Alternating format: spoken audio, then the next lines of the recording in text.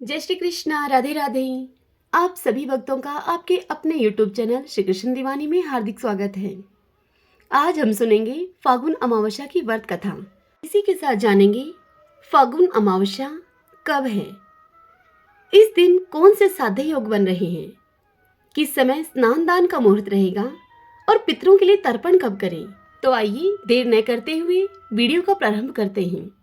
देखिए भगतजनों, फागुन अमावस्या मार्च की अमावस्या है, जो कि फागुन माह के कृष्ण पक्ष की अमावस्या तिथि को मनाई जाएगी। फागुन अमावस्या के दिन पवित्र नदियों में स्नान किया जाता है। उसके बाद सूर्यदेव को अर्घ्य देते हैं और पितरों के लिए जल से तर्पण देते हैं और फिर अपनी क्षमता के अनुसार दान आदि किया जाता है। फागुन अमावस्या पर स्नान और दान करने से पुण्य की प्राप्ति होती है। इस साल फागुन अमावस्या पर साध्य योग भी बन रहा है। यह योग समाज सेवा के कार्यों के लिए बहुत ही अच्छा माना जाता है। इस योग में आपको कोई नया काम सीखना है तो यह उसके लिए भी बहुत अच्छा योग है, क्योंकि आप उस कार्य में सफल होंगे। आइए अब जानते हैं फागुन अमावस्या किस दिन है, फागुन अमावस्या पर स्नान और दान कब करें, अपने पितरों के लिए तर्पण कब करें। तो देखिए, हमारे हिंदू कैलेंडर के अनुसार 9 मार्च के दिन शनिवार को शाम के 6:17 से फागुन माह के कृष्ण पक्ष की यह अमावस्या तिथि प्रारंभ हो जाएगी और यह तिथि अगले दिन यानी कि 10 मार्च को दिन मंगलवार को दोपहर 2:29 पर खत्म होगी। ऐसे में उदय तिथि के आधार पर फागुन अमावस्या 10 मार्च रविवार को है। फागुन अमावस्या के दिन साध्य योग प्रातः काल से लेकर शाम के 4:14 तक रहेगा। उसके बाद से शुभ योग बन जाएगा। उस दिन पूर्व भाद्रपद भी सुबह से लेकर देर रात के 1:55 तक है। उसके बाद से उत्तर भाद्रपद नक्षत्र है। हालांकि फागुन अमावस्या तिथि में सर्वार्थ सिद्धि योग भी बन रहा है। यह स्वार्थ सिद्धि योग रात्रि में 1:55 से अगले दिन 11 मार्च को सुबह 6:35 तक रहेगा।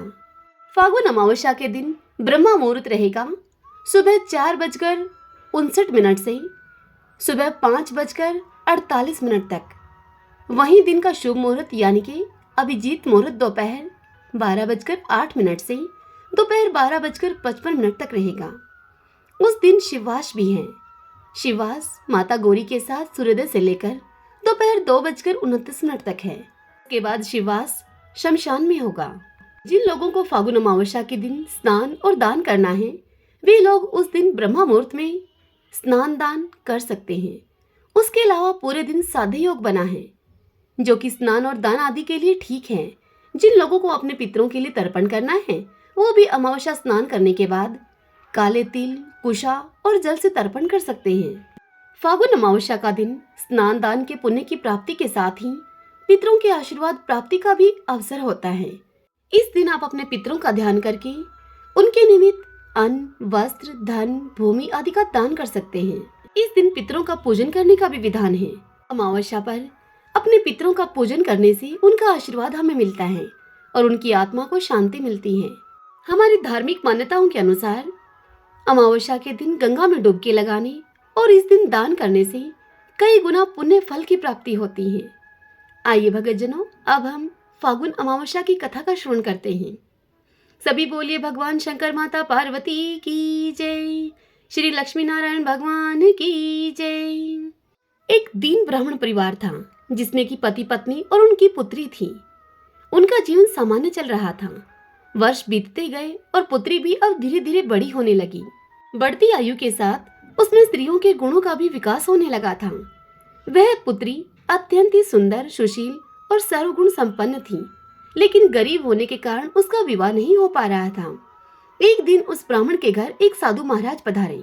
ब्राह्मण पुत्री की सेवा से साधु महाराज का मन बहुत ही प्रसन्न हुआ और उन्होंने कन्या को लंबी उम्र का आशीर्वाद दे दिया, लेकिन उसे यह भी बताया कि उसकी हथेली में विधवा का योग लिखा है।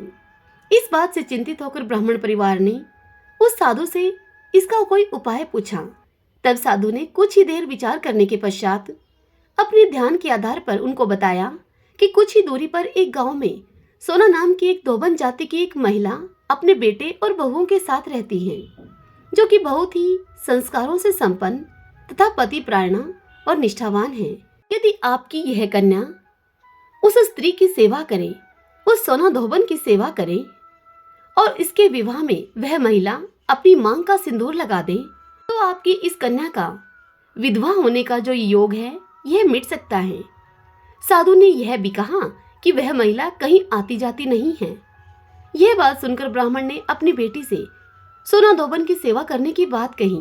तत्पश्चात अगले दिन से ही वह कन्या सुबह जल्दी उठकर सोना धोबन के घर चली गई और फिर प्रतिदिन वह उस धोबिन के घर की साफ सफाई और अन्य घर के सारे कार्य करके अपने घर को वापस आ जाती थी।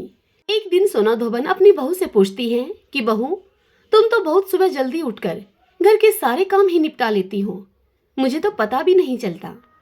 तब बहू ने अपनी सास से कहा कि माँ जी, मैंने तो सोचा था कि आप ही प्रातःकाल उठकर घर के सारे काम खुद ही खत्म कर लेती हैं, मैं तो बहुत देर से उठती हूँ। इसके बाद वह दोनों सास बहू अब निगरानी रखने लगी कि हमारा यह घर का काम सुबह जल्दी उठकर कौन कर जाता है। कई दिनों के बाद धोबिन ने देखा कि एक कन्या प्रातःकाल उनके घर में आती है और घर के सारे काम करने के बाद वह उनके घर से चली जाती है। जब फिर अगले दिन ब्राह्मण की वह कन्या सोना धोबन के घर पे आती है और काम करके सारे खत्म, जब वह अपने घर को जाने लगती है तब सोना धोबन उसके पैरों पर गिर पड़ी और उससे पूछने लगी कि तुम कौन हो जो कि तुम इस प्रकार छुप छुप कर मेरे घर में इस प्रकार से सारा काम मेरे घर का करके चली जाती हो। तब कन्या ने साधु के द्वारा कही गई सारी बात सोना धोबन से बताई। सोना धोबन पति प्रायण थी, उसमें तेज था, इसीलिए वह इस बात के लिए राजी हो गई। सोना धोबन के पति थोड़े अस्वस्थ रहा करते थे, इसलिए उसने अपने बहू से अपने लौट आने तक घर पर रहने के लिए ही कहा। सोना धोबन ने जैसे ही अपनी मांग का सिंदूर निकालकर उस ब्राह्मण की कन्या की मांग में लगाया, तत्काल ही सोना धोबन के पति की मृत्यु हो गई। थोड़े समय के बाद सोना धोबन को इस बात का पता चला कि वह घर से निर्जल ही चली थी। यह सोचकर कि रास्ते में कहीं पीपल का पेड़ मिलेगा तो वह उसे भंवरी देकर उसकी परिक्रमा करने के बाद ही जल ग्रहण करेगी। उस दिन अमावस्या थी। ब्राह्मण के घर मिले हुए पूरे पकवान की जगह उसने ईंट के टुकड़ों से 108 बार भंवरी देकर पीपल के पेड़ की 108 बार परिक्रमा की और उसके बाद जल ग्रहण किया सोना धोबन ने। सोना धोबन के ऐसा करते ही उसके पति पुनः जीवित हो गए। इसीलिए माना जाता है कि इस दिन अर्थात अमावस्या के दिन व्रत आदि करने से पुण्य फल की प्राप्ति होती है।